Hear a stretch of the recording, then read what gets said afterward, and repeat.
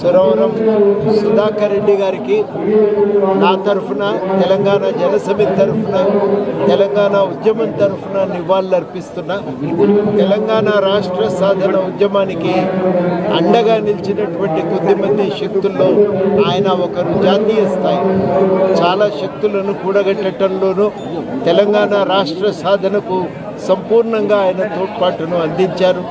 వారు ఒక్క తెలంగాణ ఉద్యమమనే కాదు, ప్రజలు తమ హక్కుల కోసం, ఒక ప్రగతిశీలమైన సమాజం కోసం తన జీవితాంతం పోరాటాలు జరిపారు. అటువంటి పోరాటాలు జరిపిన వ్యక్తి ఇవాళ లేకపోవటం బాధాకరం.